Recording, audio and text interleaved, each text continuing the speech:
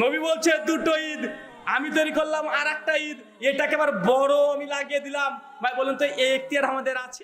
আসসালামু আলাইকুম ওয়া রাহমাতুল্লাহি ওয়া বারাকাতুহু। ব্রাদার ইন ইসলাম, শুনলেন জুতা সেলাই করা মুচি চামার জলঙ্গির বিমল দাসের বেটা তিরঙ্গা দাস সিস্টার রাহুল মুসলমান এই বাংলা বই পড়ে চিড়িং বিড়িং করে।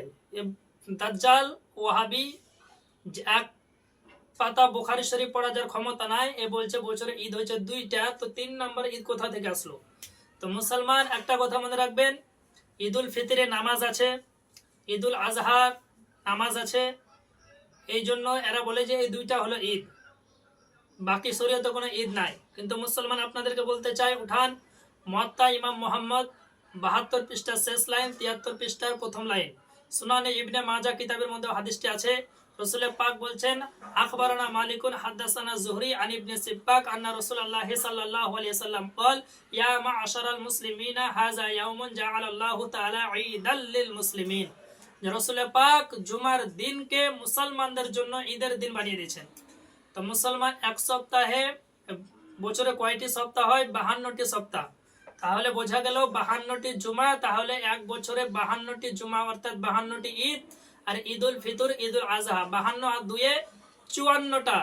আর ই বলছে দুইটা ঈদ, তো 54টা ঈদ তো হাদিস থেকে তো পাওয়া গেল। তো তুই কোথায় পেলি দুইটা ঈদ আধলাখানা? তো মুসলমান আপনাদেরকে বলতে চাই, এ বলছে দুইটা ঈদ, এর কারণ কি জানেন? মানে ঈদুল ফিতর যখন আসে তখন ওয়াহাবি মৌলবীগুলো ফিতরা পায়, আর ঈদুল আজহা যখন আসে তো ওয়াহাবি মৌলবীগুলো চামড়া পায়। আর জুমার দিনকে নবী পাক ঈদের দিন বলেছেন, বেঈমান ওয়াহাবি ইহুদি খ্রিস্টানের পাঁচাটা কুত্তাগুলো ফিতরাও পায় না, চামড়াও পায় না, তাই এই দিনটাকে ভুলে গেছে। তা মুসলমান আপনাদেরকে বলতে চাই, এদের কাছ থেকে ঈমান বাঁচাবেন। এরা আরেকটা লজিক দেয় মানুষকে, যে ঈদুল ফিতর ঈদুল আজহায় নামাজ আছে, তো ঈদ মিলাদুন নবী যারা বানিয়েছে তাদের নামাজ কই? তার উত্তরে আমি বলবো যে উঠান কোরআন শরীফ সূরাতুল মাইদার 114 নম্বর আয়াত। হযরত ঈসা আলাইহিস সালাম দোয়া করেছেন, আল্লাহ রব্বানা আনজিল আলাইনা মাইদাতাম মিনাস সামাই তাকুনু লানা ঈদান। ঈদান শব্দ আছে, বলছে আল্লাহ তুমি আকাশ থেকে খাবারের দস্তরখান পাঠাও, যেদিন তুমি পাঠাবে সেটা আমাদের জন্য ঈদের দিন হবে।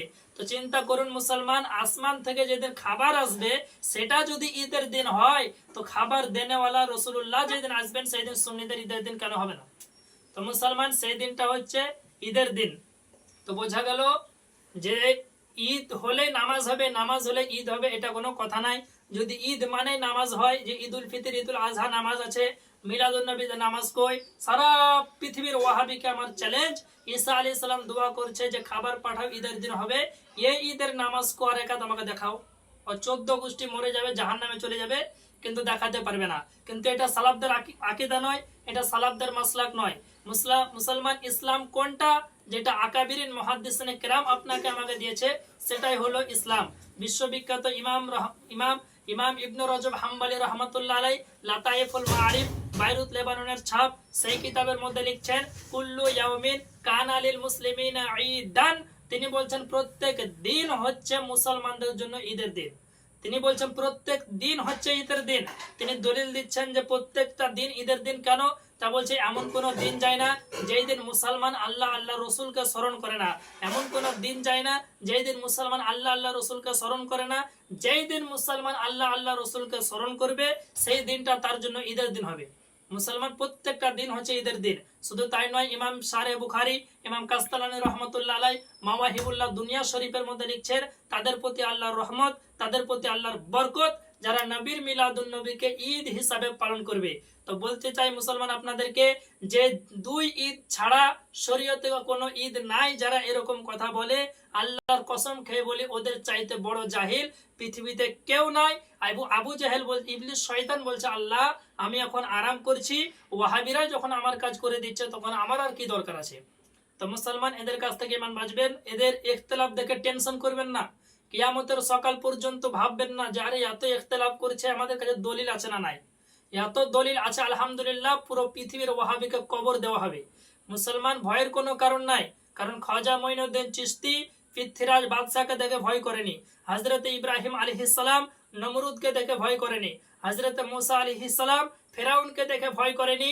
তাই মুসলমান 100 বছর পূর্বে আলা হযরত 72টা জাহান্নামী ফিরকাকে ভয় করেনি। আজ কিয়ামত পর্যন্ত সুন্নি জামাত কোনো 72 জাহান্নামী ফিরকাকে ভয় করার কোনো কারণ নাই। যে কোনো মুহূর্তে দলিল আদিল্লা নিয়ে আপনাদের সম্মুখে আমরা উপস্থিত হতে প্রস্তুত আছি। মুসলমান, এদের কাছ থেকে ঈমান বাঁচাবেন, এরা মানুষের ঈমান ও আমলকে নিয়ে খেলছে। আসসালামু আলাইকুম ওয়া রাহমাতুল্লাহি ওয়া বারাকাতুহু।